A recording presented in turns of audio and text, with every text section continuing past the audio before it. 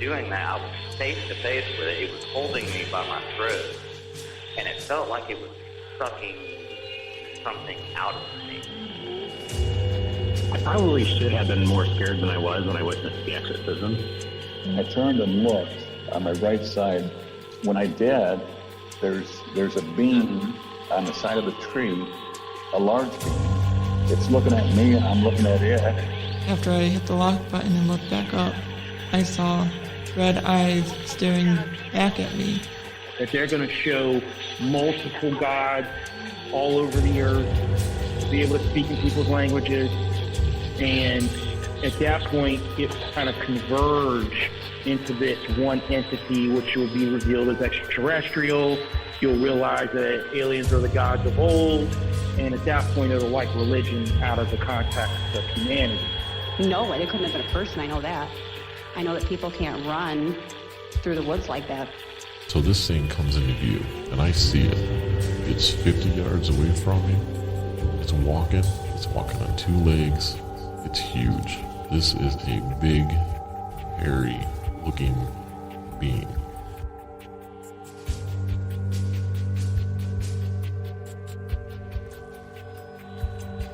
Welcome. I'm your host, and this is uNcomfortable.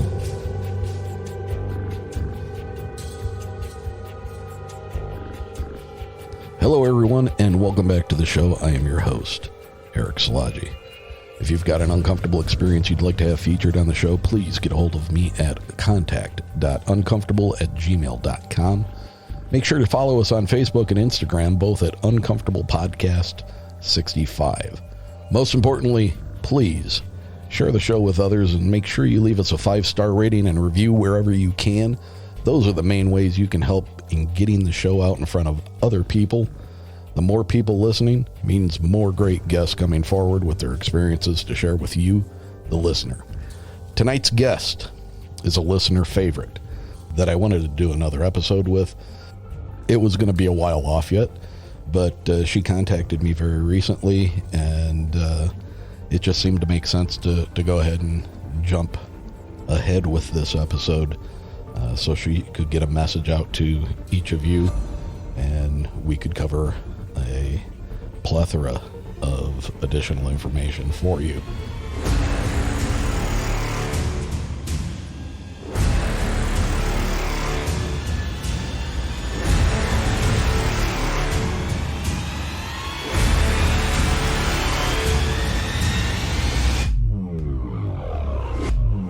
So, ladies and gentlemen, if you would please give a warm, uncomfortable welcome to the Archbishop Kristina Rake. Kristina, thank you for being with us. Well, thank you, Eric, for having me. It's wonderful to be back. Oh, it's like I said earlier, I've been chomping at the bit to get you back on, but I didn't want to overload people with too much at one time, so it's been a decent amount of time since our last episode, and I think everybody has had time to digest what we talked about previously. And I have to be honest, I have had a large number of people who have contacted me, all of them saying, please, please, please have her back on. It was a wonderful episode and was really well received by my audience. So I'm thrilled to have you back.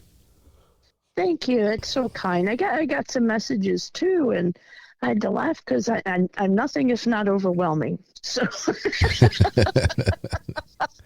but it really was a blast to be on, and it was wonderful to see the positive reactions people had to it. So I'm just absolutely thrilled to come back. Well, once again, I have to thank our common friend, Jay. He was integral in getting me in touch with you. So, yes, thank you to him. So, you reached out to me a couple of days ago, and you asked me if it was possible to post an important message to the listeners. I did, and that was kind of congruent with the idea of getting you back on the show almost immediately. so that you could bring up, and we could touch on that right off the bat and try to get you some help with your orphanage and the work you're doing there. So before we get into any of the weird stuff, why don't you go ahead and get into that? Oh, thank you. Folks, I know I have lots of weird information, and I do a lot of fringe science and things, but I am first and foremost a priest and a servant, and my church is fully inclusive and fights for the rights of the gay community. We also, in Kenya, have an orphanage with 15 children who were taken in by a wonderful priest and his wife. And these 15 children were rescued, some from the sex trafficking rings, some from the jungle, some were born HIV positive. In almost all the cases, parents were either killed or died of disease. And so America doesn't have orphanages anymore, but in Africa, is an orphan crisis, especially because of the AIDS epidemic. And so it costs $1 a day to feed these 15 kids 3 meals. Unfortunately, right now, I've had problems fundraising, and I was covering their cost over the summer to the tune of $2,500 out of my own pocket. But right now, they're eating once a day. And I reached out to Eric and said, there's lots of different things people can do in addition to direct donations, which you can make on our church page, AmericanOldCatholic.org. You can also, I will also, and I haven't done this in years, do spiritual counseling using my gifts, readings. And if you want to contact me for one of those, it's bishoprake@gmail.com. And we also have a store now for people who do investigations. You want exorcist crosses and medals and blessed things from me and exorcism salt. I sell all that at oldcatholicstore.com. So if you can patronize any of those and help us out, I appreciate it. We also have an underground. Being gay and trans is a death sentence in a third of the countries in Africa and illegal in another third. So we have a group of underground people who are attempting to organize and sort of lobby the government to make being who they are not a crime. And so we're supporting them as well. So any way that you can help, you can change the world. Those 15 kids will grow up knowing that people out there they've never met care for them. And those people fighting for the right to be who they were born to be will know that there are others in the world who want that change for them. So I appreciate if anybody would go to the store and purchase something. 100% of what you buy goes there. 100% of my readings go there. And I know people are worried about being burned and stuff. I'm happy to show folks receipts. I promise you, all that money goes right into tummies and right into legal assistance. And it's hard to know that there are people suffering and you're responsible for them. So I reached out to Eric and said, could you please just make an announcement that I'll do readings for people. I can only do 10 a month, so contact me ASAP. And you make the donation right to the church. It doesn't go to me. And he did that. He sent out a blast, and thank you. I already had someone reach out and say, I don't want a reading, I just want to help. So if you would like to talk to me, and if you didn't listen to the other podcast, I think Eric could confirm I hit a lot of things. And I've been heavily tested. I definitely can. So if you can help and you can do anything at all, and it doesn't matter if you can feed, even if you commit to one kid a month. Whatever you can do, every little bit counts and every little bit goes there. So thank you very much. And then I said, Eric, thank you for doing that. By the way, I would love to come back on. And he said, tomorrow. Yep, let's do it. Well, we're here. Yeah, and I mean, the whole point of it was, your organization, you're having problems. The best thing we can do is get the news out to people as quickly as possible. People have been wanting to hear from you again since our first episode, so it only made sense to do this, and anything we can and do. I so appreciate it. And I think your listeners need to know that I reached out to several folks in podcasts that I've done, some of them 6 or 7 times in the past couple years. And Eric was the only one who got back to me. Oh, so no. Thank Are you kidding me? Well, people were busy. It was the holidays. But I just want everyone to know that Eric's the real deal. He really puts his heart where his mouth is. So thank you. Thank you.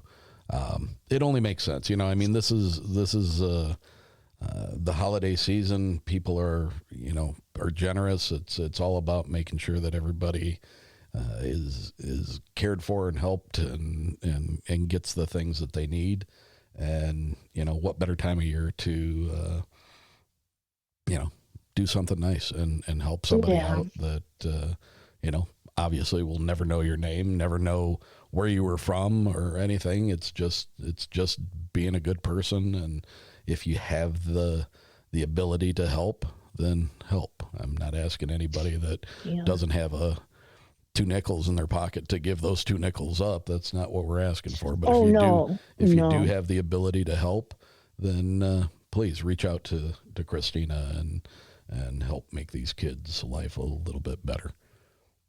And on our website, AmericanOldCatholic.org, if you look at the orphanage, we have photos of the orphans, their names, their backstories, and every gift is 100% tax deductible.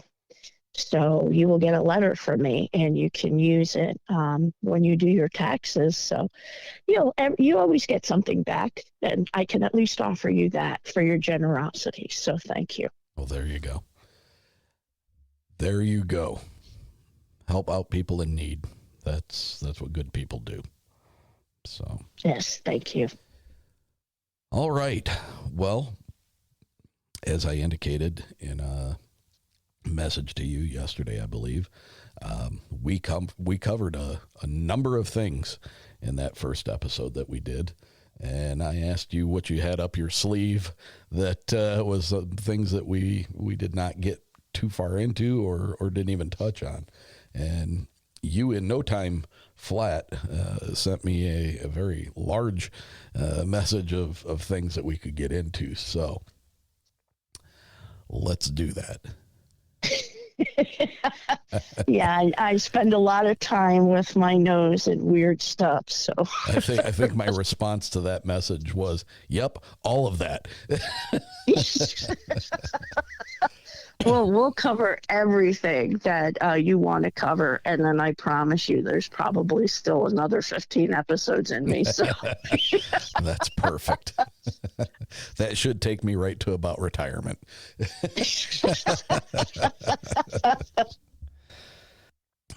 All right. Well, I'll tell you what. Let's start off with here's the Bible. Yes. So, I know people that believe the Bible 100%, every word is the Word of God. And then I've had conversations with other people that believe the Bible is just some of it's the Word of God, but other parts of it are stories of basically like morality and how you should be and examples of what we should be doing. What are we getting right? What are we getting wrong when it comes to the Bible itself? Well, the biggest misconception people have, and not to point fingers, but it's really prevalent in sort of evangelical Bible churches, is that the Bible was written in 2005 by some guy named Dave, an accountant in Indiana, and that you could just pick it up and read it and understand it. And it is absolutely not the case. Dave. I mean, yeah. And Luther said, any milkmaid can interpret the Bible. And even when he said that in 1534, it wasn't true anymore. It is written in 4 dead languages that are not spoken anymore by 2 cultures that don't exist anymore, and a third that has transformed and grown as a religion, which of course religions do, in self-interpretation in the past 2,000 years. It references, it was written by one Middle Eastern culture, in which context was more important than the actual words spoken. The references are to husbandry, sheep herding, vineyard dressing, agriculture, things that we do every day, you and I. And so when you're reading it without the knowledge that you need to read it, you're missing so much, and you're misinterpreting it. I don't know if you've ever heard of the Kruger-Dunning effect, and it's brilliant. It's the effect that says, in conclusion, ignorant people overestimate what they know, and informed people know what they don't know, and so they're filled with doubt. But essentially it says that in order for you to know what you don't know, you already have to be an expert. So, wow. Which makes sense. In any given field, I've been studying scripture intensely at an academic level, down to the languages and the culture and everything, for 26 years. I know what I don't know. And I still come across things that I have never heard of. And if that's happening to me, who can look at a Greek word and know all the references and everything that's been written about it, then, Pastor Bob, who doesn't have a bachelor's degree, is probably getting some stuff wrong too. Because chances are, and I've brought this up in a number of episodes, and I still stand by this, because Bob was probably taught by Jim, who was taught by Peter, who was taught by Bill. And whenever you introduce man as a being, not necessarily man as in the male gender, you introduce the possibility of a chance to change things to fit your agenda. Mm-hmm. And that's not good. No, it's not good at all. And that's an argument, a pleasant argument that I've had with a very Christian gentleman that I know well. It's like, you take everything that you know because it's been what was told to you by another man who was taught by another man who was taught by another man about a text that was very difficult to understand in its original form. And there's a number of interpretations of it. And who's to say that the interpretations that you've been led to believe are true are in fact true? Right. Exactly. And, confirmation bias is actually built into our brain structure. The information that comes in from the senses and travels to the region of the brain that processes sensory input, and then the construction or matrix of the world we see, which looks nothing like what we see. It's just a bunch of photons and sound waves, and the brain puts it together into something understandable. That then moves forward to the prefrontal cortex, processed. But the information that goes back is 1/3 of what comes forward, meaning that the brain constructs what it expects to see and sends it to us for thought and processing. That's why you didn't see that red car that was coming through the light. Well, you actually didn't see it because it came from the back of your brain. You had a green light. You weren't looking for a car running. The red, you literally did not see it. And so that confirmation bias is hardwired into us. And we have to fight a lot of our hardwiring to A, be a good person, and to B, question our own assumptions. And that's not easy, but it can be done by being aware of the fact that we do that, and then stopping our response, our reactionary customs, and saying, wait, someone disagrees with me, and they disagree with me vehemently, and the arguments they're using I've never heard of. Let me go look into those. Mm-hmm. And I can tell you, I mean, I'm 48, which feels old to me, but is younger to others. It's the oldest I've ever been, and the youngest I'll ever be again. You're younger than me. Exactly. But I mean, in 48 years, I have changed my mind about things so many times when I've been confronted by information that completely blew my previous assumptions out of the water. And my brain was always about finding the truth. What's truth? Not what's fact. And with religion, there's a big difference between what's factual and what's truth. Like the Bible, it says this, that's a fact. It's a fact that the world is 6,000 years old. Or is there a truth to the fact that the development of the world was a progression with the aim of a human consciousness in mind? You know, both of those, you know, one's looking at it as at Genesis story as a fact, the other's looking at it as a truth, and gleaning a spiritual reality from words that if you took literally would tell you that the earth is 6,000 years old and Satan created dinosaur bones to fool us all, which is an actual theory in many Bible churches. So, I mean, you have to question. Yeah, exactly. And I'm not laughing at their beliefs, and I'm not laughing at their faith. You have to understand there's two parts to spiritual growth. There's conversion. And in Christianity, conversion is a continuous thing. It's not a one-time event like people say, I was saved in 1966 when I said the sinner's prayer. No, it's a process, but you convert because you find yourself in a vulnerable enough spot to say, I need something greater than myself. And I need to rest in a truth greater than myself to pull myself out of myself.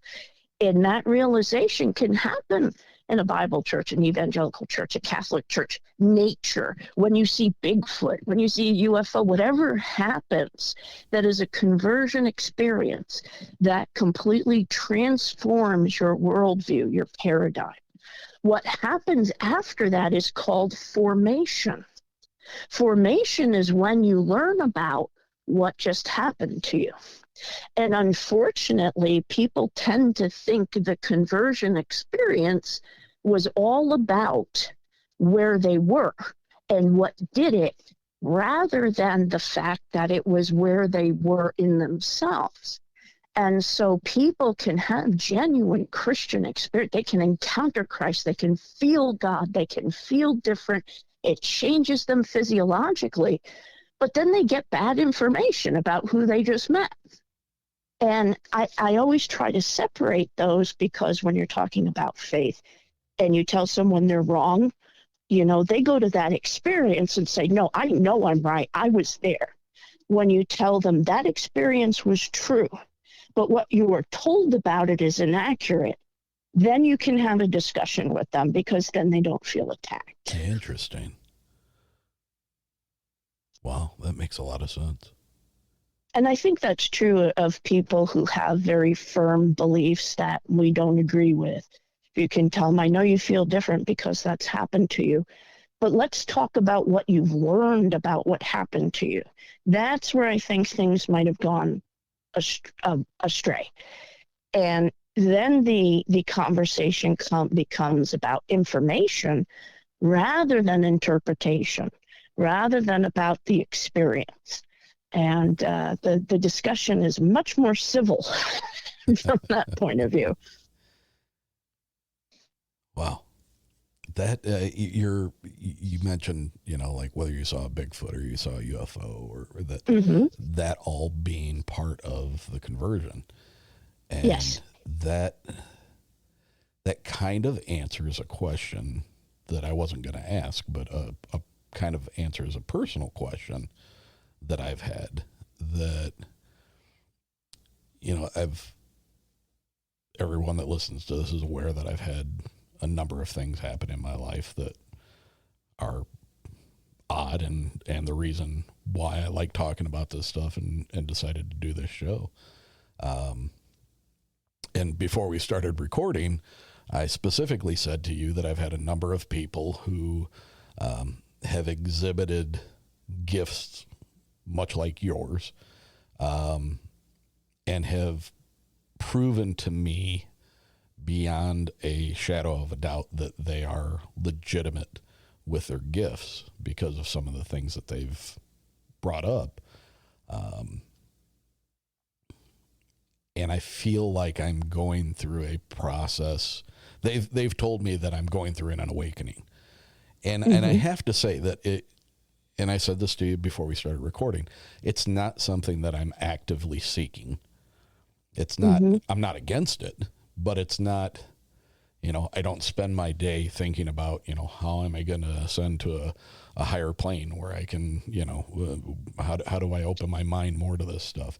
But I have to say, since beginning this show, I've stopped calling them coincidences, and I've started using the word all too often, which is, I wish there was another word to use, but synchronicities throughout my life, throughout multiple episodes that I've done, throughout multiple guests who have no idea who they are to each other.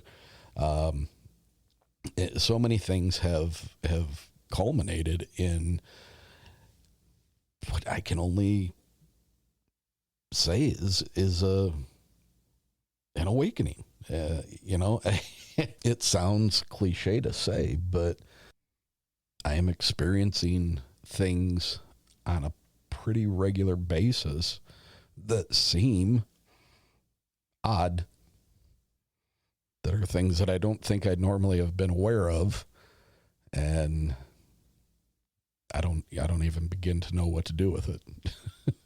Yeah. I have two theories for it. There's the hardware theory and the software theory. Okay. Human now, beings are hardware. Before you say that, just the sole fact that you used those two words,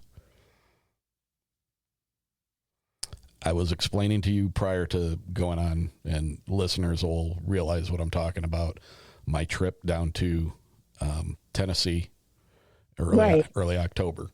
One of the people that I hold in very high regard out on the West Coast, she suggested that the time difference, the discrepancy in time that it took me to make that trip, there was a process of upload. I was going through a process of upload, and till this day, I still don't know what the hell that means. I mean, I understand what the word means, but in how it applies to me, I don't understand. But now you using the words hardware and software, another synchronicity. Sorry, go ahead. No, that's okay. And I always explain this religion in terms of hardware and software. because we're material and we're spiritual, if you want to call it matter and energy, or matter and energy, or matter and spirit, whatever. But we have a processor, which is the brain, and then we have software, which is consciousness or soul or mind, whatever term you want to use for it. I call it the soul. The hardware explanation of that awakening process is, like that conversion experience. You can also call it the epiphany, that aha moment where something strange happens that does not jive with any other experience you've had in your life. And remember, I just mentioned how the brain creates the world for us in a way that makes sense. Like if you watch yourself clap your hands once, all right, sound reaches your brain in this process faster than sight and faster than touch. So you would hear the clap, then feel the clap, then see the clap. But your brain fools you into thinking all of that happens at once. All right, so that's what I mean, where the brain makes meaning. The world looks like photons of light traveling at different speeds for colors and sound waves. It's a dark, silent place without your brain. So you have this amazing sponge that weighs 3 pounds in your head that never sees the light of day or feels the air outside of your skull, that is creating this whole world for you. And the information that you get from the outside world goes to the back of the brain for processing, and then goes to the frontal cortex for sort of the administrative tasks of now what, response. Well, when you have an event, like you see a UFO, does not jive with anything else you've seen, you identify what it is. This is not something I've seen before. That information goes back to the brain, which creates the world. So every time an experience happens, your brain goes, all right, that's now incorporated into what I'm doing back here. And you're now expecting to see that again. And then something else happens and you're expecting more. It basically rips open your consciousness to a whole nother world for every experience you have. And it also changes us physiologically.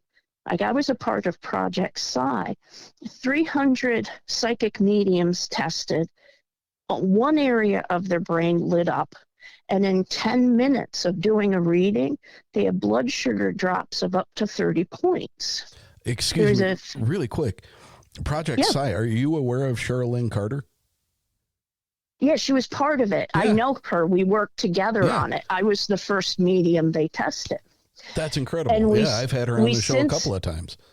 Cheryl's great. And they since, we've done another experiment, Dr. Kennedy and I, and what I did was pray 2 minutes. By the end of 6 minutes total, there were 3 different prayers, 2 minutes long. My blood sugar had dropped 25 points. So your brain is actually changing your entire physiology when it's experiencing the numinous. So there's the hardware response. And when I talk about the numinous, the software response, every encounter with something that is other, alien to our material existence, changes us. I mean, they've done experiments that prove that, here I'll use an example because my school was part of this, the O'Leary experiments in Boston, where they took 11 seminarians and gave them acid on Easter Sunday and then just recorded what happened. Just that experience changes the entire way they think on an internal level. And those seminarians were from Andover, Newton, which is where I have my master's from. I met some of the professors who were part of that. So, I use acid, which is also hardware and software, but there are other things. A deep experience of God. Wordsworth, the poet William Wordsworth, called them in the 19th century moments in time where all of a sudden, all of time is now and forever. Everything is different. After those experiences, not only is your brain different, but your entire spiritual existence is different. Because instead of living in complete doubt, you're living in more certainty. And more certainty breeds more certainty. So, and I don't mean you understand. I just mean your experience trumps your belief. Okay, so in a nutshell, are you saying that, if you see a Bigfoot or if you see a UFO or you experience a spiritual event or you experience a coming together with God or whatever, that you are more open to it now because now you have a source of context? Yes. You have both a source of context for your brain. Your brain is now saying that's out there and now I'm going to look for it. So that confirmation bias that I mentioned earlier, it can be positive as well as negative. It's not that what you're experiencing isn't real. It's that your brain has now incorporated this experience and said, okay, this is real, so now we're going to look for it. And then you have that soul process, that ripping open of that soul, which you might be suppressing. And in that suppression, you've kept that soul from contact with its source, with that other side. And I'm talking more about religion here, but there's also the soul's paradigm shift of, I am not alone in this universe. This, what I see, hear, touch, taste, smell, isn't all there is. I'm part of something even bigger than I ever realized. And that event completely changes us both in the brain and in consciousness. Now, at the beginning of this segment that you started talking about, you said something about the soul and the brain, or the soul and consciousness. In the consciousness, we assign that to our brain. Are they one and the same? I believe they does are. the soul reside in the brain? I think that it's the software that runs on the hardware. When the hardware of your computer crashes, you may not be able to boot that computer up again, but the backup of the software is certainly transferable. That's why I refer to it that way. You have ego, which is bad. It's associated with the illusions of this world. And several Christian writers, Catholic writers over the years have said that when we go to heaven, we'll be surprised at how little of us there is there, that it's consciousness that survives without all the ego that's part of the bad things that our brain does, lying to ourselves, confirming lies because we want to be right. All those things are gone now. And we only have the software. Included in that are things like mental illness, which are always hardware-based. Dementia, which is hardware-based. When the software gets liberated from a hardware that's messed up and need a medication, or medication is the only thing keeping it functioning, and they're able to leave, they're now their true selves. So yes, I use soul and consciousness interchangeably, and by both of those, what I mean is the part of us that survives physical death, the part of us that's really real and leaves the grave, as opposed to the part of us that gets buried in it. You touch on dementia, and I just my mom just passed on the 4th of November. And oh, I'm sorry. She had dementia for about the last seven years. Manageable up until about a year ago. She was able to stay in the home with me, and I was able to care for her, but it had gotten to the point last November where it was no longer safe to have her in the home by herself while I was at work. And it's interesting because we were talking about Karen Tatro earlier before we started recording, and she had relayed during a reading to me of some spirits that were around me, and it was very confusing to me because a specific spirit that she was talking about was a very heavy set, very funny woman who had quite a big personality, and she was describing my mom to a T, but my mom was still alive, but she was not herself because dementia had stripped that part of her from her. So, I had reached back out to her and I said, is it possible that, and we might have even covered this in our last episode, I don't recall right off the bat, was it possible that my mom's soul, that my mom's spirit had already left and was on the other side, and that's why Karen was able to so accurately describe what to me seemed to be the version of my mom that I most readily remember. I think it is. I lost my grandmother last January from the same thing.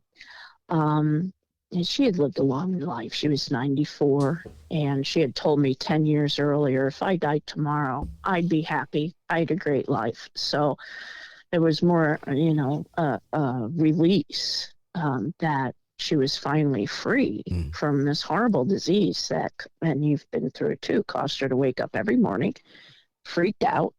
Where's my husband? Where are my children? And she was with her daughter. No, I'm your daughter. Who am I? You're this.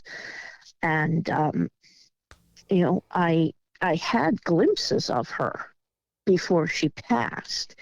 And dementia actually is and Alzheimer's, the brain is dying. Right. And it dies from the front backwards. So before any memory issues come, you'll find that the person has a diminished empathy for others, because that's the first part that goes.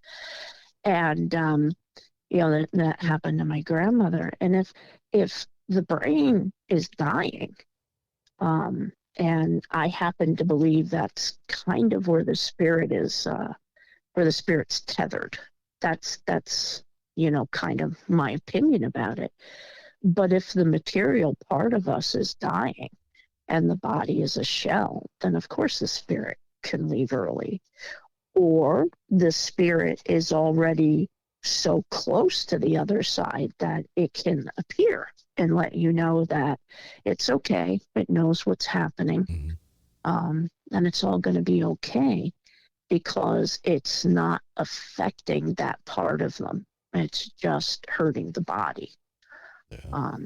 And I've been to nursing homes where I've picked up on spirits and they were just hanging around their body, just not in pain, not frustrated, but they were there listening to their loved ones talk to this shell of who they used to be. But they could still hear them, and they could still remember, and they could still respond. It was just the voice that they had here in this world was no longer there. That the interface that we have for the material world is our body, is our brain. That interface was broken, but that doesn't mean they were unaware. Wow. I don't know. I think that brings me comfort. Yeah. And I did sense it, and I think I absolutely believe it's true. I was getting comfort until you said that you witnessed the spirits hanging around outside their body because they're not trapped. I'm sorry, I didn't mean to imply trapped. No, that's not how I took it. It became very, very difficult to go see her in the environment of a nursing home. And, she recognized me. She recognized her grandchildren as people that were familiar to her, but she did not recognize them as who we were. She did not recognize me as her son. She recognized me as a friendly, familiar face. But when I would tell her, I'm your son, and she's like, look at me with, crazy eyes, like, what the hell are you talking about? It became a very difficult thing to go to see her in that environment. And it seemed, and again, this is me putting an assignment on something that, I probably shouldn't have, but to me, it seemed like I was causing her more confusion and more anxiety by being there and making her aware of that she should know me, but she doesn't. I started to not go see her as often as I should have. And, and if her spirit was actually there around her, now I feel like I feel like I cheated her. No, what you did, it's important. And I tell people who, have relatives with that, don't correct them. It upsets them. If I were talking to someone who insisted they'd known me for 20 years, it would scare me, but also the spirits aren't tethered to the body. I just want folks to know that when they go see their loved one, it's not in vain. Their loved one's there. You don't have to correct them, but they're aware of it. But they're not stuck there. When you were at home and thinking of her and making coffee and, maybe shedding a tear or looking at photos or something, they're aware of that too. And it's a very difficult line to walk between wanting them to know you're there and knowing that your presence is going to upset them. I think, honestly, that all of the complexity of those situations, it's painful and complex for us compared to them. They're that's the aware of everything. That's the part I feel guilty about, is because was I doing that because it was easier for me? Or oh no, I don't believe that. I would do the same thing. I would be worried that I am agitating them. And if I was agitating someone by visiting them, I would not visit them as often. And maybe less often. And that's normal, because you want them to be comfortable while they're here. But also, when you're dealing with the spirit world, you're not dealing with linear time. So that could have been her after death. They're there. There's no time, there's no place. They could be in the same place in every time or every place at the same time. That's why you can see Lincoln in Gettysburg, at the White House, in his log cabin.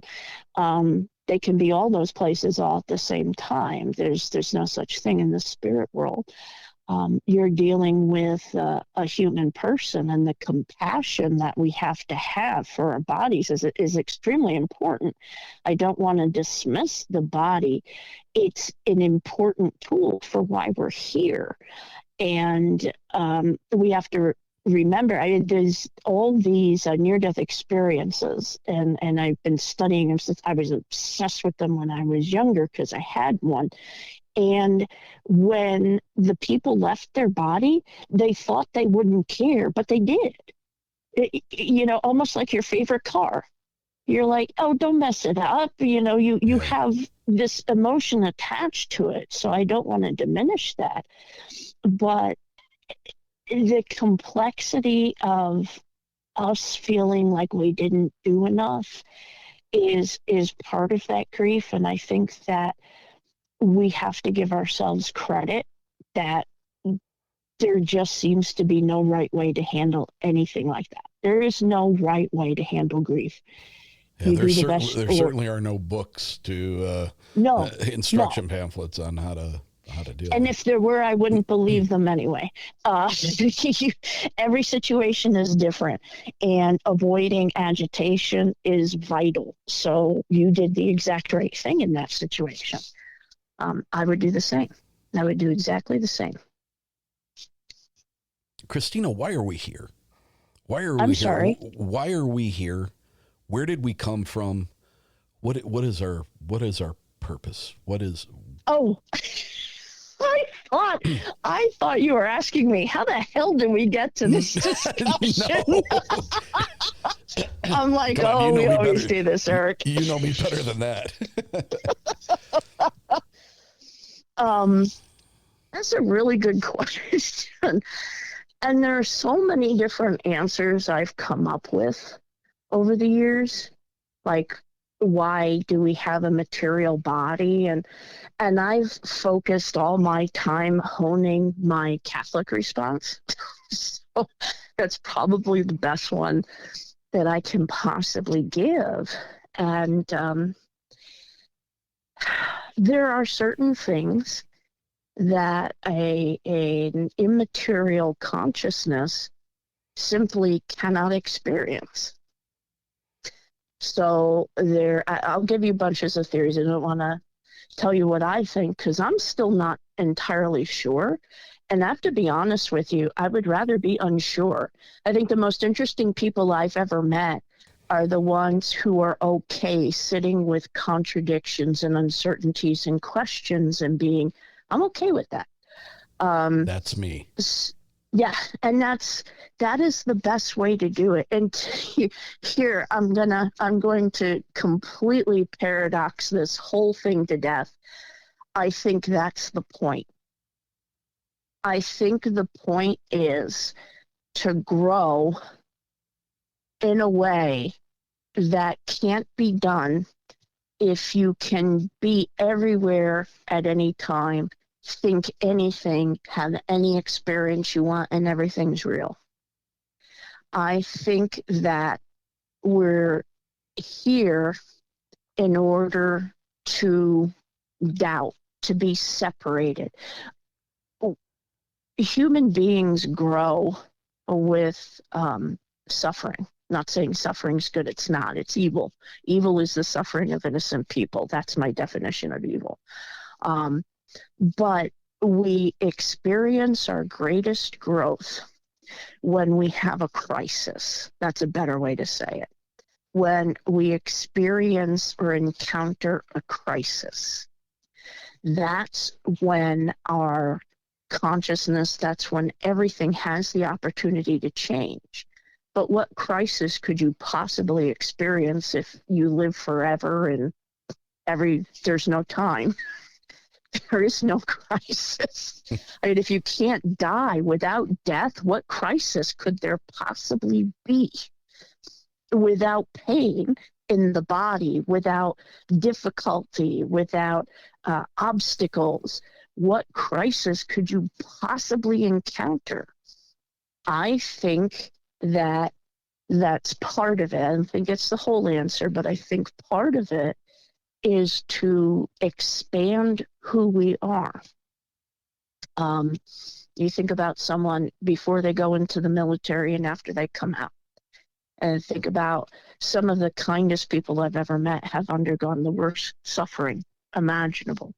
I really believe it's to understand ourselves. It's to enjoy the experience of being limited. Limitation increases growth. Because unless you ever butt up against a wall, how are you going to know what you can and can't do? So I think that's part of it, to deliberately be limited and to be in a place where we have to look to our interior strengths to overcome things. I think that's number one. I think number two is to learn greater empathy. Again, if you're some free-floating consciousness that never dies, never tires, never, loses its energy, what empathy could you possibly have for other consciousnesses unless you're all in a closed situation where you're butting up against each other? Okay, and you're learning that. Let me jump in there. Please. What could a unlimited consciousness that's not encumbered by body or any limitations, what empathy could they have? Is that not pretty much describing what God is, though? And why does he have empathy for us? And when I say God, I'm not specifically saying, the Catholic God or the Christian God or the whatever God. I'm talking about our creator, whatever is responsible for our being here. What you described almost describes the spirit of our creator. And, there's certain aspects of, biblical texts that make God seem like a very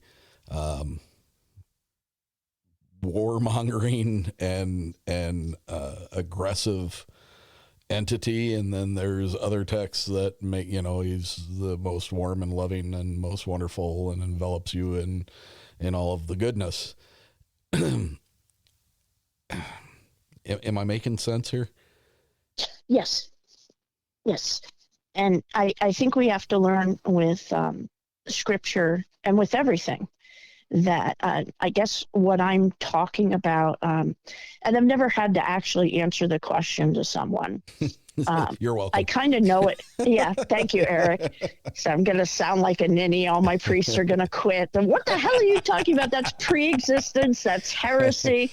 So let me lean on my vocabulary here so people understand. I'm not giving an absolute. I'm leaning on my learning here, right. And my faith. It's not the only one, but this is where I'm at. First of all, God didn't change. Our view of God changed. Just like a child would view their parents insisting on a vaccine as a cruel and unjust punishment, we might take an experience of God. We won this battle against people trying to oppress us, and then use God to justify what we did afterwards, which was kill everybody.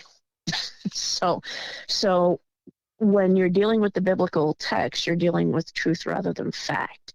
The text, like I might say to my kids, I've told you a million times, don't slam the door. And they could turn to me and say, Mom, you told me that twice. Mm-hmm. Well, my statement is, I've told you before, stop. Right. I'm reminding you again. That's the truth of my statement. So there's a progression.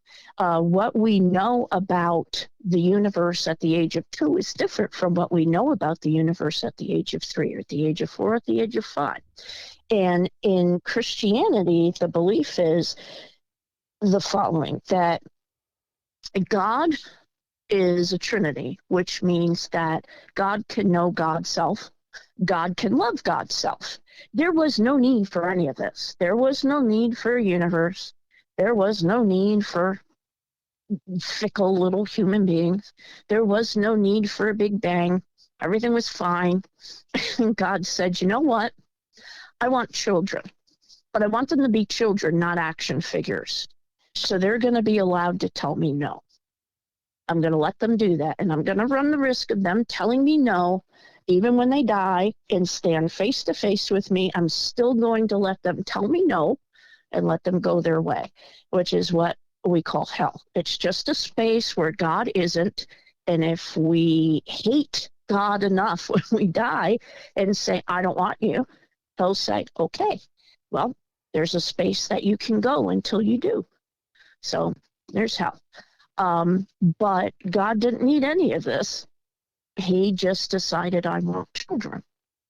And in forming these spirits that then inhabit bodies, by doing that, that was an actual, I've seen it. I mean, I've had 3 moments in my, 3, there's a 3 again, where I've actually seen the Trinity. I see the movement, the breath that comes out that forms each individual spirit that then is married to a body.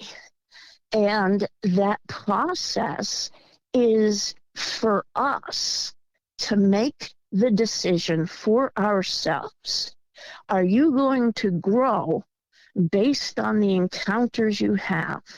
Are you going to overcome the limitations of your brain, which has confirmation bias and ego and disillusionment and depression? And I don't mean mental illness depression, I mean more disappointment. Are you going to be able, with this experience in this body, with all its, forgive me, arthritis and problems, and I just tore my ACL, so I'm really focused on pain today. With all of this, are you still going to believe that there is something out there that loves you so much that being was willing to become one of you? Like the parent of a child with a severe disability who just wants to be that child for one day so that they can understand how to help them. Yeah. Would you still believe that you are lovable by the end of this very long, difficult life? And would you still be willing, as a spirit, to go back where you came from without anger and hatred at what had happened to you? For me, that's really the question. Can I overcome my anger at God for the way this world works? Can I overcome my fear of death? Because St. Paul said that fear of death is the cause of all sin. So badly, he said that Satan is the one who holds the key to the fear of death. And think about it, it's fear of death that causes us to do horrible things to people, to steal resources, to hoard money, to prevent other people from having what they need so we can have what they want. Psychological death, for lying, cheating, stealing, so everybody believes who we want them to think we are. That really is the cause of a lot of suffering. Fear of death, fear of ego death, fear of real death, fear of the death of losing jobs, survival. Can we overcome all of that? And at the end of it, shed the part of that kept us from knowing, that kept us in a space of doubt and faith. That angels don't have faith. They see God. What the hell do they need faith for? We're the one that needs faith. Can we shed all that, turn around and say, I get it. I understand. And I want you. That's my Catholic answer. That's a pretty good answer. That's a pretty good answer. I've never looked at it from the standpoint of what you said. And don't get me wrong, I don't spend an inordinate amount of time thinking about the Bible or reading the Bible. I think I've told you this before. I'm a terrible reader. I get into something and, 2 seconds later I'm thinking about, did I pay this bill or did I, forget to call so-and-so or, Yeah. What do I need to add to my grocery list? And then I find myself having to reread over and over again. But I've never looked at it from the standpoint of something that loves us so much that it was willing to become us to experience the things that we have to go through All right, guys, just because it's No Shave November doesn't mean your partner is going to give you a pass on all your personal grooming. If you're not taking care of your friends in your pants, you'll end up being the turkey this season. So, this holiday, make sure you're looking good enough to be dessert after the family hits the road by going to manscaped.com and use the code uncomfortable22 for free shipping and 20% off your order. Try the Manscaped Platinum Package 4.0 for the man who deserves it all. This package has each product from the best-selling Performance Package Plus, Ultra Premium Body Wash, Ultra Premium 2-in-1 Shampoo and Conditioner, and Ultra Premium Deodorant.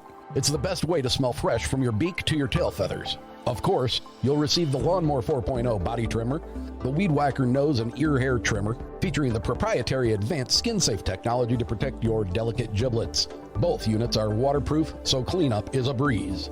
All of Manscaped's shower gear is sulfate-free, vegan, and made to leave your skin feeling hydrated and smelling fresh. But smelling good doesn't stop at the shower.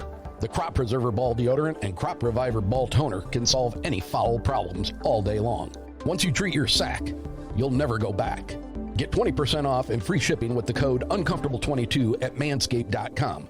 That's 20% off with free shipping at manscaped.com and use the code uncomfortable22, Manscaped, for your personal grooming needs. That was, and I'm working on my novel, which is, I only have 100 hours left and I'm done with it. But at the same time, I'm writing what I call a new theology, because the old words that we use are from the Middle Ages and they make no sense to anybody anymore. Right. But if I were to explain to you Christianity, instead of in terms of salvation and resurrection, but instead talk to you about them in terms of entanglement. Quantum entanglement. The Trinity is entangled. And when God created this world, Jesus Christ, who's the Word of God, is a continually entangled in God, voicing expression that keeps creation in existence, just like the observing mind keeps particles and waves in one form or the other. A great observing mind, in its speech, in its self-expression, keeps this creation as it should be, our brains interpreting it, like the Matrix, and keeping everything where it's supposed to be instead of flying off into space. This expression that created the rules of a universe in such a way at the point of the Big Bang that we have what's called anthropic coincidences. That means that the rules of the universe, the weak coupling theory, the strong coupling theory, gravity, general relativity, special relativity, electromagnetism, the electromagnetic spectrum, some of those are so finely tuned that if they went in one direction or the other by a number of zeros that you would have to write around the moon and back, human beings would never have achieved consciousness. We would never have been able to live. So here is this expression, this word, this being, that is what is keeping creation in existence, and then entangles itself in matter and faces death. The world is heading towards entropy. The whole universe is dying. I mean, scripture can really be overlaid onto science and make perfect sense. Whole universe is dying. And so this being comes into the world. We had turned our backs at God. We had sort of turned away. We divorced him and said, you know what? We don't like it this way. So this creation, this word, Jesus Christ, the second person, the Son, whatever you want to call it, created the world and then enters into the world, entangles us into him, becomes matter so that we can be entangled back into divinity, dies so that we can be entangled past death, and then goes back to God, so that now God has a material body, so that we are entangled and dragged back to God.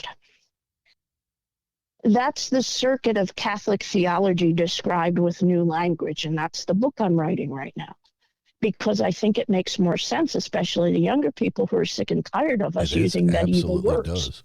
It absolutely does. And then that makes the Eucharist, which we believe is the true presence. I mean, think about that. It's a gateway. It's divinity in this world. We touch it, we taste it, we smell it. It goes back inside of us, just reinforcing that entanglement. It's a beautiful faith. I love my faith very much. Like I said, I don't believe it's the only truth. It's the truth that makes the most sense to me, and I talk in terms of it. But I find that if I talk to a shaman, they're speaking the same language with different words. And if I talk to a Jew, they're speaking the same language with the different words.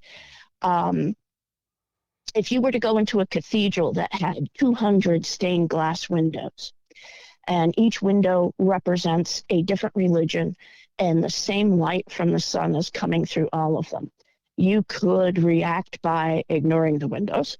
You could react by bouncing from window to window because they're all so pretty. But if you sit in front of one window for years and years and years and years, you will see how the reds change with the seasons and the times of day, and how deep the blues get at 6 p.m. in Advent as opposed to 6 p.m. in July. And you will notice the hues and the nuances and the shadows in ways you could never do if you did not sit still in front of your own window. And that's how I view religion. It's not about bouncing around. It's the same light. The difference is, this is my window. I don't have to break everybody else's. Mm-hmm. This is my window. Everybody else's is just as beautiful. The red's just as deep. But this one I know because I've sat with it for so long. That's a beautiful way of describing that.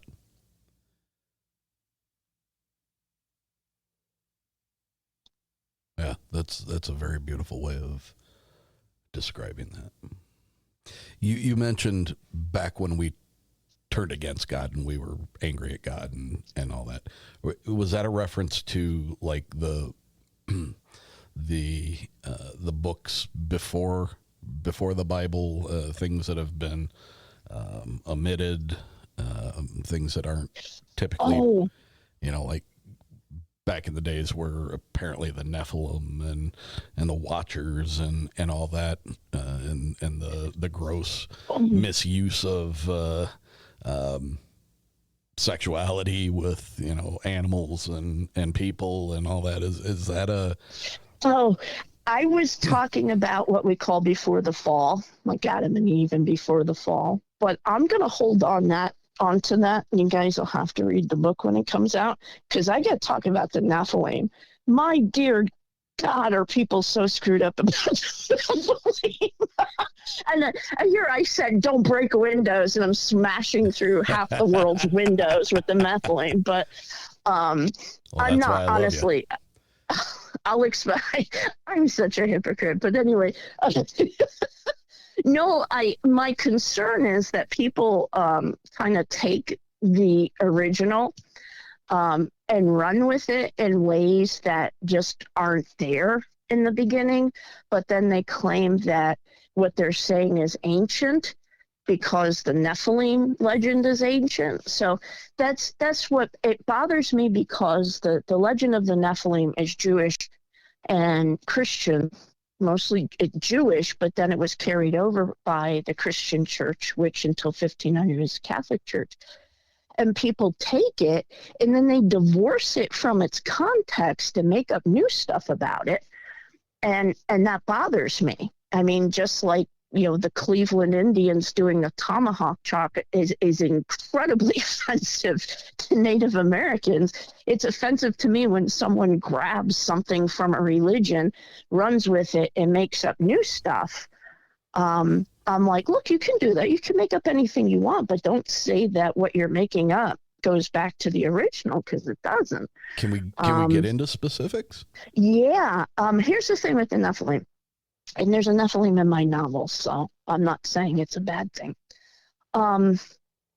The Jewish people, now let me go back to real quick anthropology.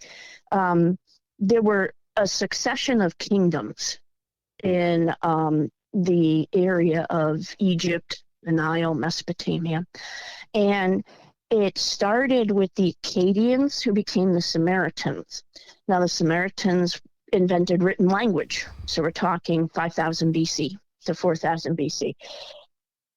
And then the Samaritans were conquered by the Babylonians, who were conquered by the Assyrians, who were conquered by the Persians, who were conquered by the Greeks and Egyptians. And so there were all these successive kingdoms, and all these people traded gods. So there are references to other demons and gods in the Bible.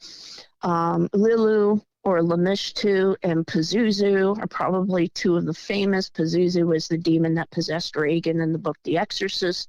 His wife's name was Lamishtu or Lilu, who became Lilith.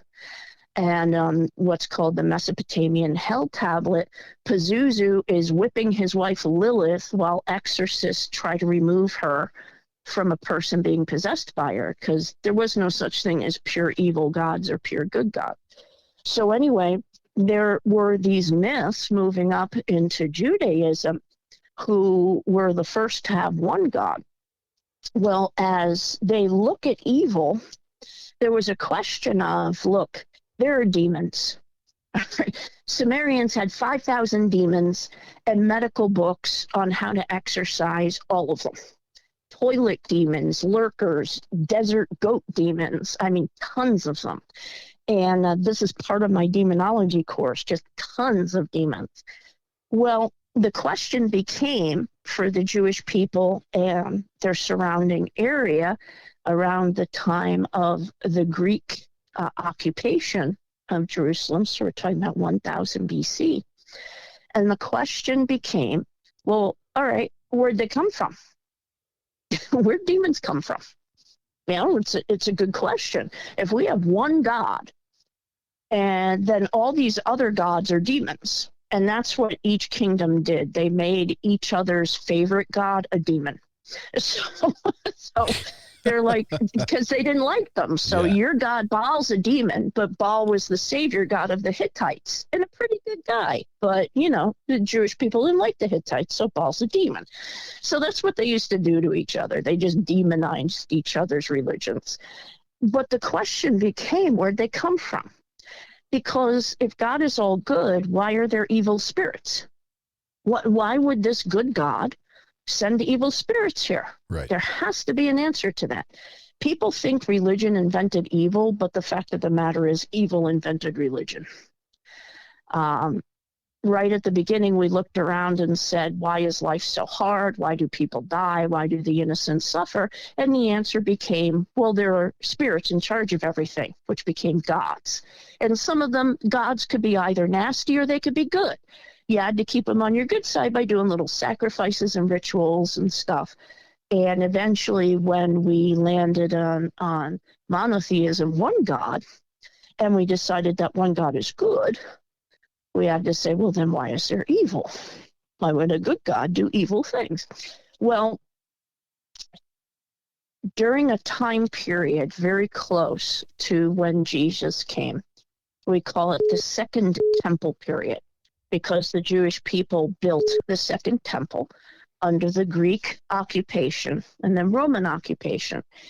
And a series of books were written that didn't make it into some Bibles, but into others, like the Ethiopians and the Eastern Orthodox have this book, while Western Catholics do not. And the book of Enoch was composed along with a book called the Apocalypse of Abraham. No, I'm sorry, the Ascension of Abraham and Jubilees. These three books that aren't in the Bible. And they tried to answer that question. And in Enoch, the answer to the question of where demons come from, the answer is that there were a group of angels who were in charge of us and taking care of human beings. They were called the Watchers, in Latin, the Grigori. And there were two chief angels among them, Azazel and Samael, or also called Sataniel. Azazel and Sataniel talked to their friends and said, you know what? We're kind of mad at God. And you can see this myth borrowing from the Greek Prometheus myth. We're mad at God because, these people are pretty cool. We think he's keeping things from them. So Azazel came down to earth, and Azazel taught us war, how to make weapons, how to fight each other. Samael talked his other angels friends into having sex with women, and in doing so, the women gave birth to what they called the Nephilim, which is Hebrew for the fallen ones. And the Nephilim were giants, and they were hideous, and they were mistreating all the people. And that's why God sent Noah's flood. We were screaming for help against the Nephilim. God sent Noah's flood, killed all the Nephilim, and their dead spirits became demons.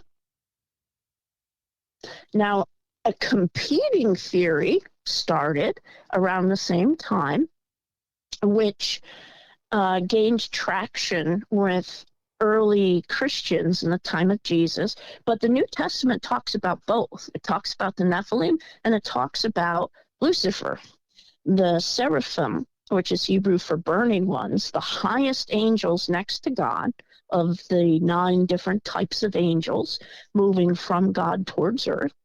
And this seraphim, Lucifer, light bearer, and Hebrew and Latin, said to God, I'm not going to serve you. I don't want to do this anymore. Demonstrating there's free will in heaven so we can get to heaven and tell God pound off. Lucifer said, I'm not going to be with you anymore. God said, well, if you don't want to be with me, go. In fact, if you don't want to be with me, I'll create this space for you to go, and it'll be called Hades or hell. And Lucifer took a third of the other angels and left. And the story is that Michael, whose name is Hebrew for who is like God, and was only an archangel, the second lowest, fought against Lucifer and kicked them out, and they went to hell. And that's where demons came from. And so these were 2 competing theories of what demons were. Right. And so people who talk about, well, Nephilim roam the earth and they do this and their armies, it's kind of like, you understand, you're talking about demons. It's one theory. And when Christianity started, both theories were believed by different people. And up until the year 600, these Christian Catholic theologians argued about which was true. And eventually, the theory about Lucifer won out. So the Nephilim theory just kind of stayed in the background. Was that an accurate thing that happened? I happen to believe, I'm going to give away too much from this novel because it's all in there. I happen to believe that it can all be true. Because... Why couldn't there be more than one fall from heaven? Oh, that's my opinion. Interesting. But I'm speaking from literature. I'm not going to, tell everybody what I think. Right. Because I'll get myself in trouble. But honestly, I honestly think it can all be true. Why couldn't it? Why can't there be different types of demons? But when I talked about the fact that people run around and say, oh, he's possessed by a Nephilim, I'm like, all right, then that's a demon. No, they're different. No, they were supposed to be the same thing. So, the Nephilim were the human counterparts to the evil spirits that existed after they were all killed in the flood. So people don't know that story. They kind of just grab the fact that Nephilims were giants and run with it. But, you're removing it from the Jewish people who composed that book based on their experience and not understanding that it was one theory, and kind of running with it. And that's where I take exception, because I think it's always a bad thing to grab a little piece of a religion and then make up new stuff about it. You kind of have to put it in the context of what those people believe it is and where it came from.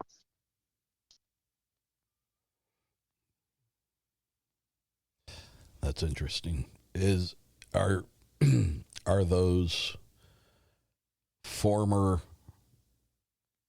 Nephilim who are now demonic? That's a theory.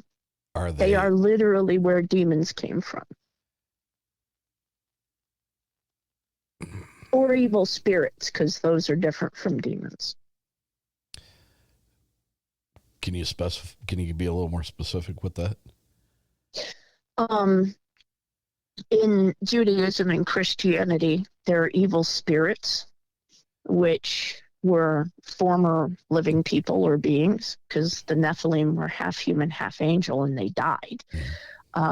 So they were, former living beings rather than fallen angels. And so evil spirits are completely different from demons. Like a Dybbuk is not a Jewish demon. A demon is a Jewish demon. A Dybbuk is the opposite of an Ibbuk. And the Jewish people believe that a spirit can possess a living person, attach itself to it. And an Ibis is a righteous spirit that attaches themselves to a person in a double incarnation. So with the existing soul, what we would call possession, help them and then leave. A Dybbuk is a mischievous or evil spirit of a human who once lived, who possesses and refuses to leave. It's not a demon. That's an interesting thing, and I have to ask you a question based on that. So a recent interview of mine, very, very nice lady, very kind, seemed very intelligent about the things that she spoke of, claims that when she was born, her body was born to be a vessel for an archangel. I believe the name was Ariel, who is, try to make sure I get the account right, who had very little empathy for humans, and by order of God was sentenced to be tethered to humans until she developed an empathy for humans.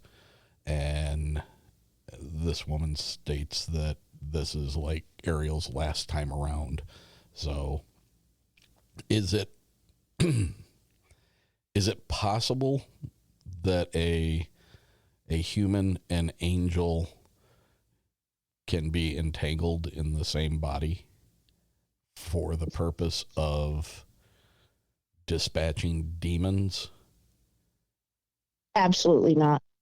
Okay. I'm sorry. I don't mean to be so firm, but absolutely not. You'd have to understand what an angel is. And an angel isn't the name of a creature. It's the name of an office. It's the name of their job. Angelos means being sent. So demons are angels that no longer work for God. An angel without empathy for humans is a demon. You can't have that middle ground. God isn't going to take an angel who doesn't listen to him and say, okay, well, now I'm going to put you in a human body, because first the human body would explode. We're talking about creatures infinitely more dense in energy, more powerful, created well before we ever existed. You cannot cram one in a human body. It's not possible. It's just not. It would be like putting a supernova in a can. You can't do it. She might be possessed by something else, but not an angel. And I've heard of that before. There was this book written in the 80s called Earth Angel. Understand that before that book was written, this idea of angels, of human beings being angels, that their soul is an angel, didn't exist anywhere in any history book. All right. So when you deal with it, didn't exist until this book was written. And now everybody kind of believes it.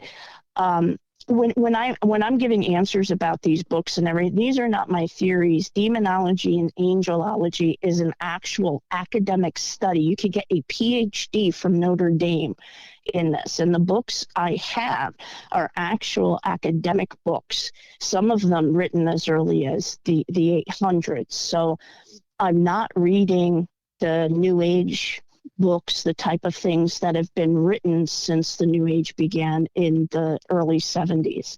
A lot of this comes out of books that are, for example, nobody had ever heard of a Nephilim until the X-Files episode in the 90s. The word was not part of the popular consciousness. In 1994, the X-Files did an episode on a Nephilim. And all of a sudden, I started hearing it everywhere when the people who were kids at that time grew up. And I can trace it to that moment. I love that show. I know. It was my favorite. But, people are like, oh, it's a Nephilim this or Nephilim that. And I'm like, guys, it goes back to about 200 BC and a little after, around the time of Christ. And no, that's not what it says. I mean, you can believe these things, but you got to keep them in context. And so all this new stuff is written. People will read, a little bit of the Bible, and they'll run off with it and create these new ideas. There was a book called The Last Angel Book You Will Ever Need to Read. And that's not the actual title, but it was very similar. And I don't want to make this woman feel stupid.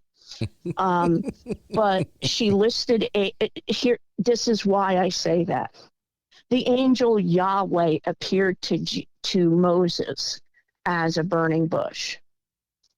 Yahweh is God's name in Hebrew. That doesn't make sense. How?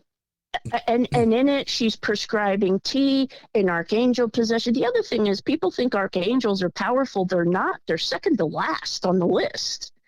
I mean, they are second to last, and everybody's kind of obsessed with archangels. And I'm like, frankly, I would rather be guarded by my thrones than an archangel. By what? Thrones. They're higher up. They're seraphim, cherubim, thrones, virtues, powers, principalities. Oh my God. Oh, they're going to beat my butt. I'm missing one. And then it's principalities, archangels, and angels. Who am I missing? Dominions. So it's seraphim, cherubim, thrones, dominions, virtues, powers, principalities, archangels, and angels. Okay. That's the hierarchy from God to human. And they're all angelic? Yes.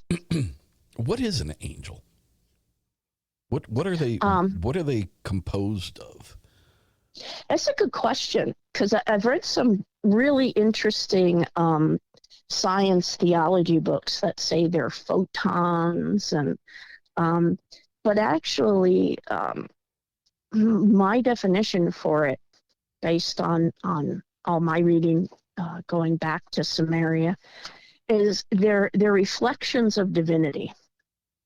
So if you imagine God as a light, and that there are 9 levels of mirrors, the light hits the first mirror, which bounces it to the second, which bounces it to the third. And that's how orders from God are supposed to proceed through the angelic host. But you imagine these angels bouncing the divine essence. That's what they are. They are not, they're creatures, so they have free will, but they are so much a part of the reflection of God that it's almost offensive to an angel to say, well, God needed to teach you a lesson. No, you would be gone, because you are either totally in line with the divine essence that forms you, or you aren't. They don't have material bodies that mess them up like we do. You're anthropomorphizing them when you say things like that. You're making them human. They're not human, not at all. Every time an angel appears in the Bible, 3 words, the first 3 words it says, and I mean every time, are don't be afraid. Don't be afraid. His first words is this terrifying, massive creature. So, we have to remember that. It kind of takes away their dignity to say they possess a human. Of course, they'll help you, but that they needed to be a human soul, they can't. Those are 2 completely different animals. A giraffe can't be an elephant. Okay. So, and I may have the words wrong. Like I said, I don't read the Bible. I probably should. But we're created in God's image, correct? Yes, but not physically. Doesn't mean physical. Okay. All right. So, with what the angels say immediately upon showing themselves, don't be afraid. Chill out. It's okay. Are they a reflection of what God would look like as well? I know I'm asking you a question because you probably don't know the answer to. But. No, because there's all these scripture references in which the angel starts to speak and it immediately switches to the first person. So they're bringing a message from God, and they'll say, God wants you to know that I want you to continue with what you're doing, for I am with you. I am the Lord your God. And then the angel departed. They are so much in union that they speak only what God tells them to speak. This is the dogma. You can disagree with me if you want. Are they a direct extension of God, like in the most physical sense?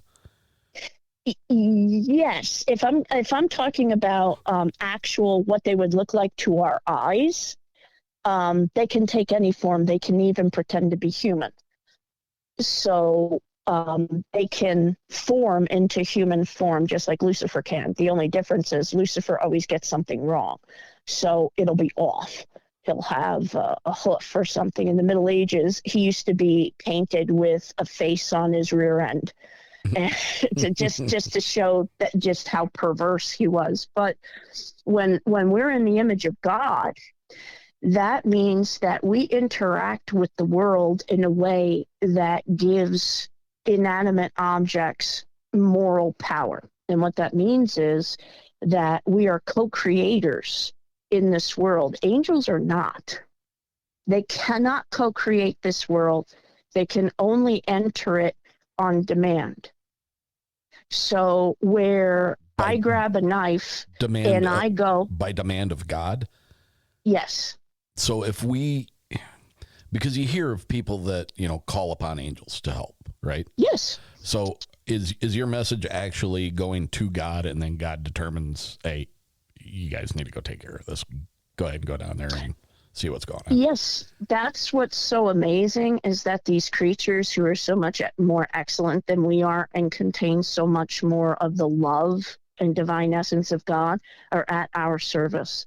They are at our beck and call. That's how important we are. How was there that separation then with Lucifer and the third?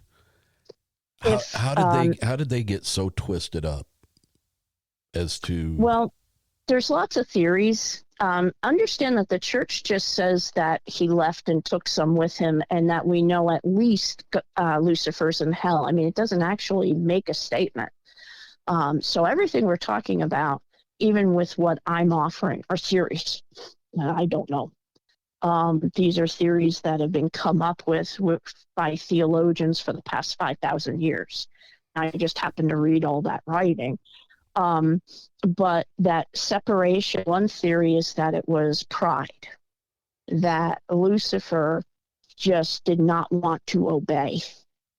But what the Christian theologians said and I always found this theory fascinating, was that we left God. So I'm sorry, the first theory, right about the 6th and 7th centuries in the Middle Ages, was that Lucifer was angry because they were God's first creatures and they were perfect. And then he created us and gave us all the attention. And Lucifer was furious because we were not worth the attention. We did not love him back like the angels did. Mm-hmm. And Lucifer told God to kill us and get rid of us. And God said no. And Lucifer said, then I leave. So, my line is always, all the devil ever wanted was for God to admit the devil was right about us. And this is even in Revelation, where Lucifer attacks us and Michael walks in and says, guess what? The cross, it's over. Satan means in Hebrew accuser. He is our accuser before the throne of God. He accuses us of being horrible. So that's what the first theory of why he left. Christian theologians took this over and said that it was because not just that, but then God said, I'm going to become one of them. And Lucifer said, I will not bow down before a human being. And that's why he left. So those are the two theories. So theories, but in any works of, in any literary works that are purportedly to be the Word of God, there is no actual explanation that is widely held as being the absolute truth of why there was that separation. The first one. There are several pieces of what we call pseudepigrapha. I know people use apocrypha. That's not really the term. That's different from pseudepigrapha. Pseudepigrapha is works that were attributed to great biblical figures. So Moses, Abraham, Enoch, and there were very early ones in the Christian church written in the first couple centuries that took the first position, because the first position is a very Jewish position, and this was their religion. Christianity is Judaism frozen in time and cosmologized. So you go to Catholic Church, you're going to a Passover. It's half temple service, half Passover. It's stayed there. Judaism has continued to evolve, but Christianity is Judaism frozen in time in 33 AD. So because it believed it had achieved its purpose and that the Messiah came. So, there are works. There's the Apocalypse of Paul. I believe Jubilees mentions Lucifer because the Jews equated Samael from Enoch with Lucifer, Centennial. And all references to Satan in the New Testament are Jewish references because the New Testament's a Jewish book. So Jesus says, I saw Lucifer fall like lightning from the sky. The book of Revelation, written about 90 AD by the Apostle John, says that the accuser of our brothers has been cast out and his place is found in heaven no more. And the dragon swept his tail and knocked a third of the stars from the sky. And woe to you on earth, for he is coming and he is enraged. And that discusses the fall. That's Revelation 12 and St. Michael and the battle. So I would have to dig through my pseudepigrapha, but I've seen it. It's there. And it's in the New Testament. But so are the Watchers and the Nephilim. Yeah. St. Paul says that women have to cover their heads in church because of the jealousy of the angels and what that caused. And then in Leviticus is one of the first 5 books of the Bible, so it's part of the Jewish Torah. Leviticus is the list of all of the Jewish laws, all 636. And in it, on the Day of Atonement, Rosh Hashanah, The temple priest is to take a goat, write the name Azazel on it, whisper in its ear the sins of the people, and then set it off into the wilderness. That is where we get the term scapegoat. Oh. And that goat was for Azazel, who is a watcher. Yeah. So it's in there. That's in there. Are angels capable of reproduction? Well, that's a question of the hour, isn't it? With each other? No. With us? Well, according to Enoch, yes. And was that a physical act, or was that a paranormal occurrence? Is that something that happened because of you know what I'm getting at? The word used means intercourse. Yeah. But of course, it also implies rape, which would be a problem for angels, which would explain why they were kicked out. And you know, I'm talking about all of this in terms of that these are what you would call myths. They're religious myths. Mm-hmm. I happen to be on the side that there's a kernel of truth in every myth. Right.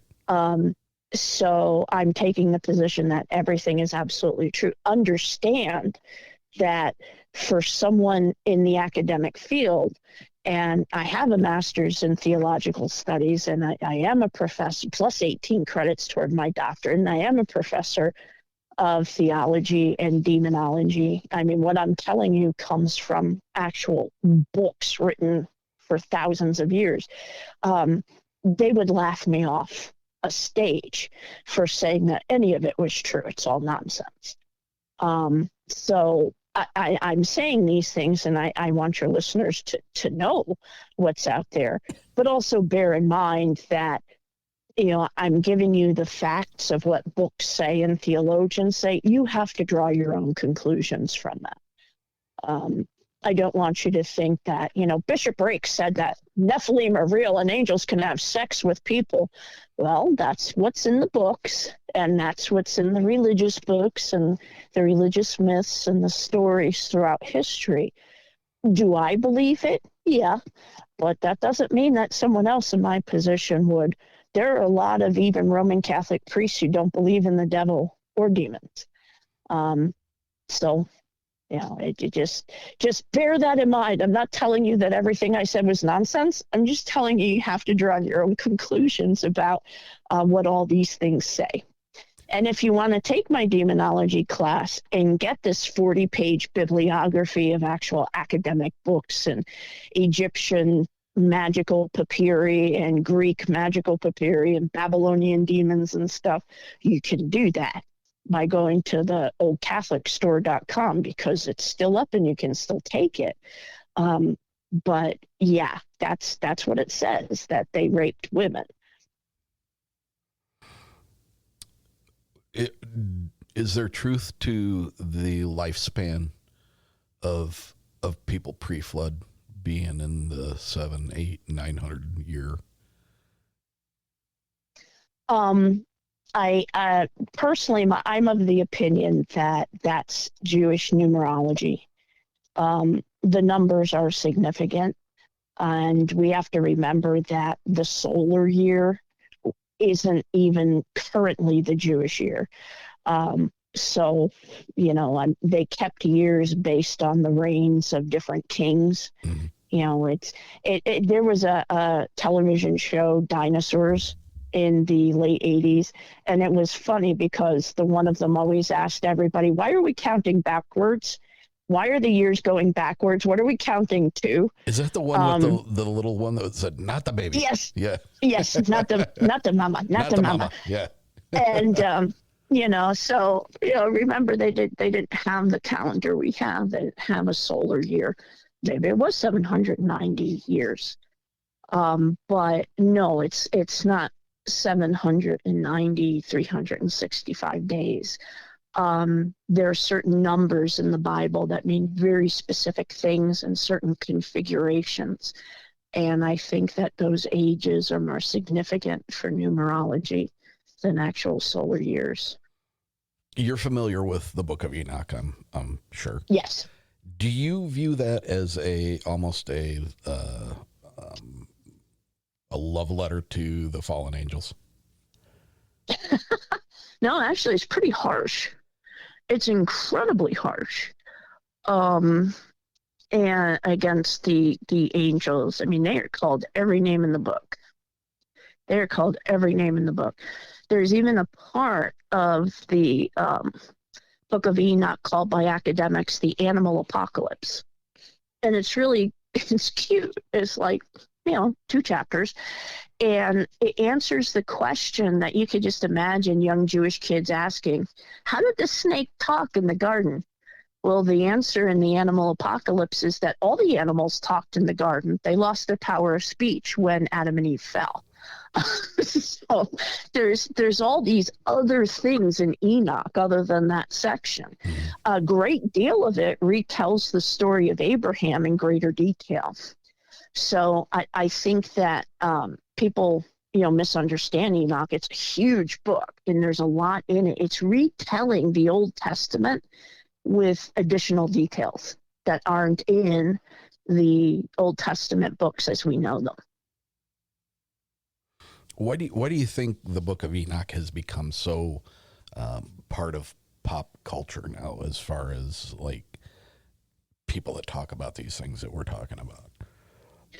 It's religion, organized religion, has lost all its power and allure because its leaders have done horrible things and lost the public trust.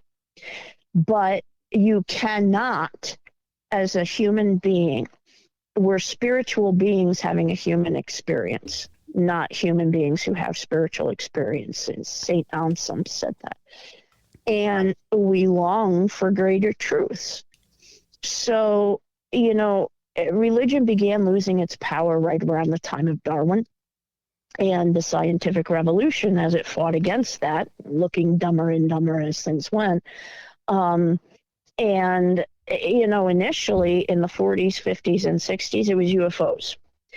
And if you study the history of that movement, now UFOs have become all spiritual and wonderful and good things.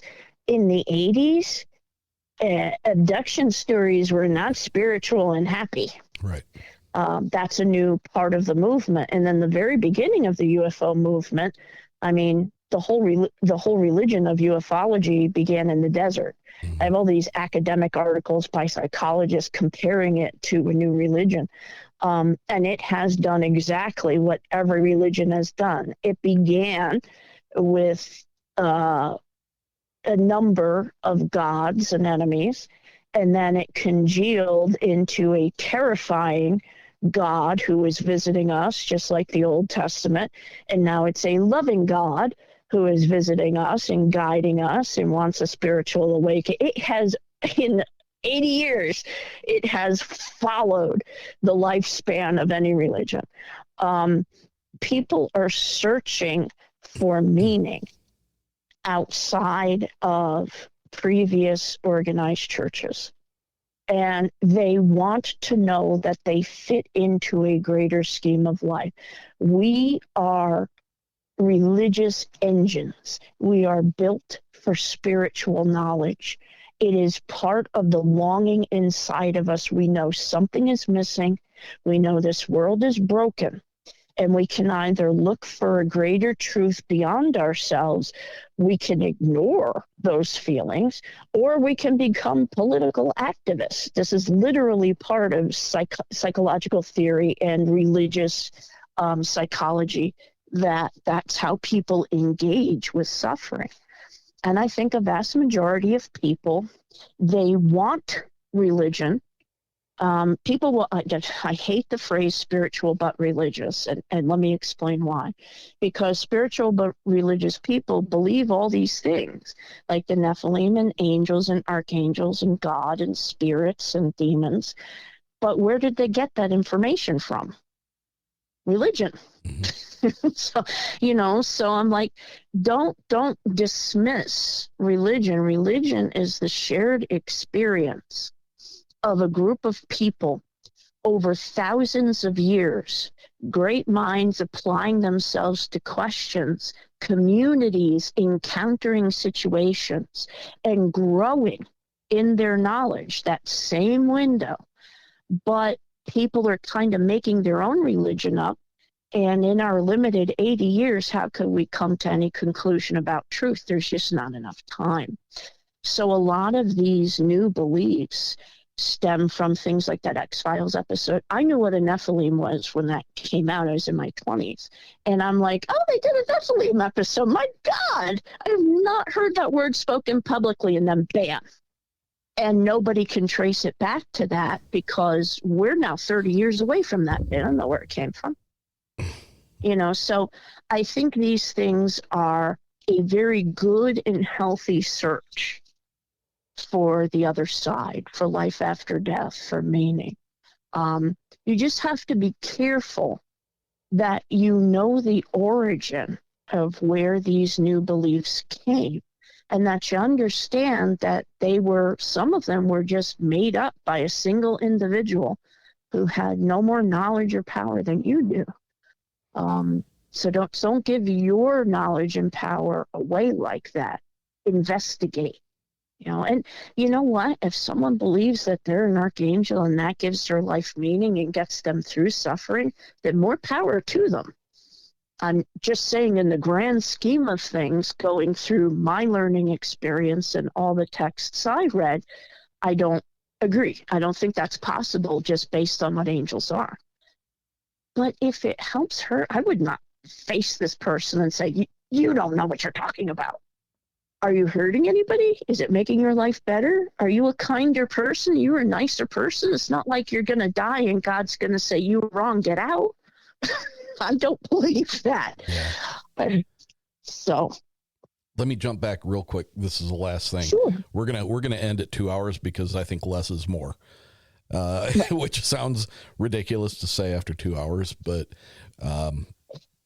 your willingness to come on, I think you said for another 15 episodes. You could quote me. We will save some more for the next time. But going back to the UFO and stuff, that whole, I would assume that UFOs, if inhabited by extraterrestrials, that they would be a creation of the same God that we are. Mm-hmm. Yes. And they're showing up on this planet, whether it be by puddle jumping from one galaxy to another in their little craft, or whether they're traversing vast spaces by wormholes or portals or whatever. Their appearance here is pretty. There are too many accounts to discredit. Oh God, just the videos. Oh my God. Yeah, no, they're there. I believe so. They're there. Are they demonic? Are they? No. Are they like us in not so much in how they look or how they behave, but I mean, are they like us in as far as being an entity that, or a physical form that was created by the same God? And what would you think God's purpose is in having them interact with us? Okay, three things. First, I believe in evolution, that there's a process, and God has a process for us developing. So the same forces that led to our eventual development, such that a soul could enter the human body, would be the same on another planet, or scientifically explainable by the same laws. So that's that they were created by a God who created the universe with laws in such a way that life could emerge. So I just wanted to clarify that. You know, I that's where I'm at with, science is very important to me. So so that's A. B, well, actually, I'm going to answer your third question. The purpose thing we have to remember is that, yes, God has a plan, but there's this great line by the main character of my book, or actually two of the archangels are talking to each other, and they're like, he said, no, that wasn't part of the plan. And the other one says, you know what? I've lived long enough to know that if one of their decisions is a part of the plan, it soon will be. So we are co-creators, and our decisions change things just like theirs do. So God may have an ultimate plan, but God is not a puppeteer. So their coming to us will become part of a plan, but I don't believe in an absolute fate. So the interaction will eventually benefit us somehow. But third, and maybe I'll share this for your other show, I have this argument with my husband all the time. I don't believe they're extraterrestrial. I believe they're interdimensional. And scientists have already discovered, I think they're up to 400 and something dimensions. And that's excluding parallel universe theory, if you believe that. So I'm of the opinion that they're from somewhere else, but the way they've behaved, and if you go back to Jacques Vallée's books in the 70s and 80s and 90s and stuff, they don't behave like they obey any law of this universe. Right. So I'll leave that question up there. And why do they give off the same EMF that visions of the Blessed Virgin Mary, ghosts, Bigfoot, why are they giving off the same electron signature and the same EMF? And so I'll leave that theory for next time. That's a wonderful way to end. I have not spent my time in a normal way. I really, someone should medicate me and stick me someplace. Thank God you haven't. Well, there were a number of other things that I had intended on asking you about today, but I think that this is a great place to wind this one up. It's straight up 2 hours. And we covered a lot of things that I had a lot of questions about, and more so from a selfish standpoint, but yet things that I have been requested to cover with you in another episode. So I think there's 2 hours of food for thought for a lot of people here, and I for one want to thank you for taking the time. And I love you. You're I love talking to you. We talked for almost an hour before we started recording. We're at 3 hours on the phone call, and I could go another 3 and not even bat an eyelash. It's wonderful talking with you, and you have such conviction and so much academia behind you and the things that you say that I hold what you say in very high regard. Oh, thank you. And I hope everybody, I hope this helped. And please know, I have a lot of conviction in what I say, but I have no judgment for anybody else's position. I'm speaking from my own and offering my own arguments. In the end, what matters is the love you had. That's all that matters. And please focus on that. Be good to each other.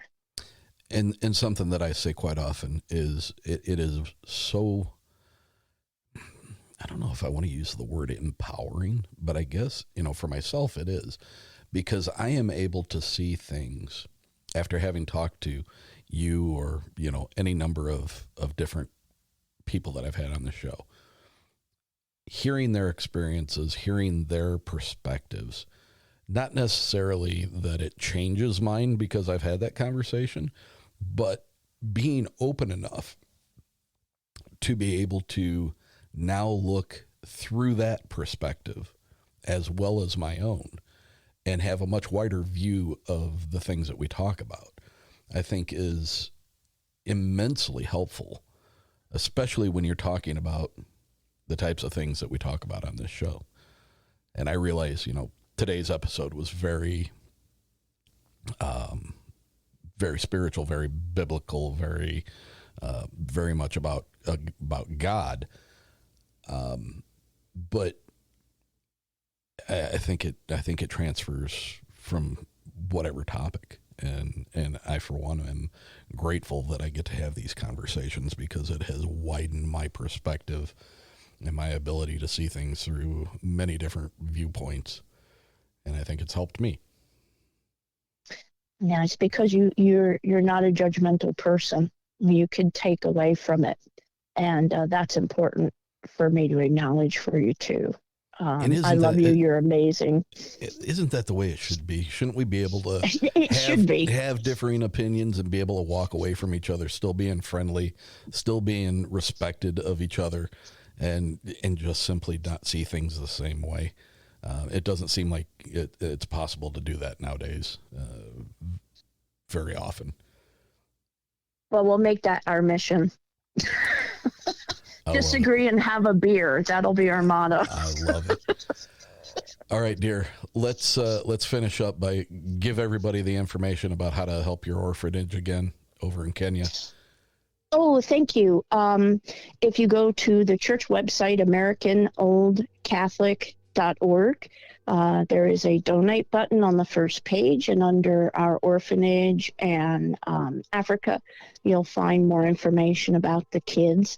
And then you could purchase items at my store for investigation, and that money goes to them as well. And that's oldcatholicstore.com.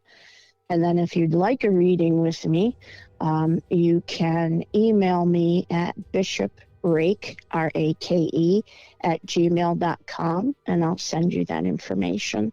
And then Instagram accounts and Twitter and all of that big tree, I'll send you in my email because I've just restarted all of those. I was lazy. I didn't get to them, but I've got them going now. So stay tuned. Well, I can say from the standpoint of somebody who has had the benefit of your gifts, to some extent, not in an official capacity as far as a reading, the number of things that you touched on that were extremely accurate, and anybody interested, Kristina is the real deal. I don't believe that you will be disappointed at all. And,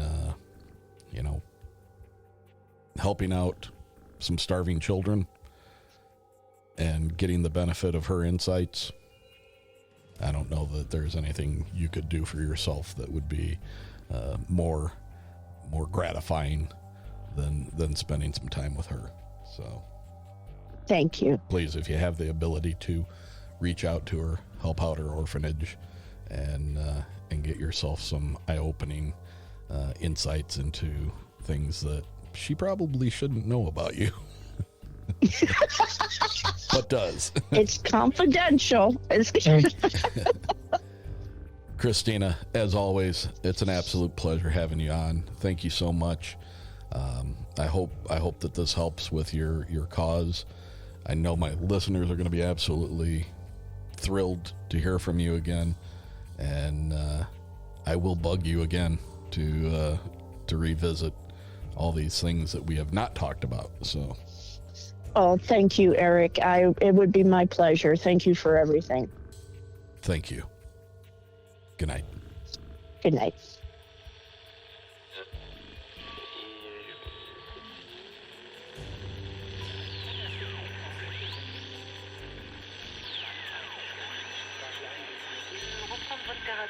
welcome.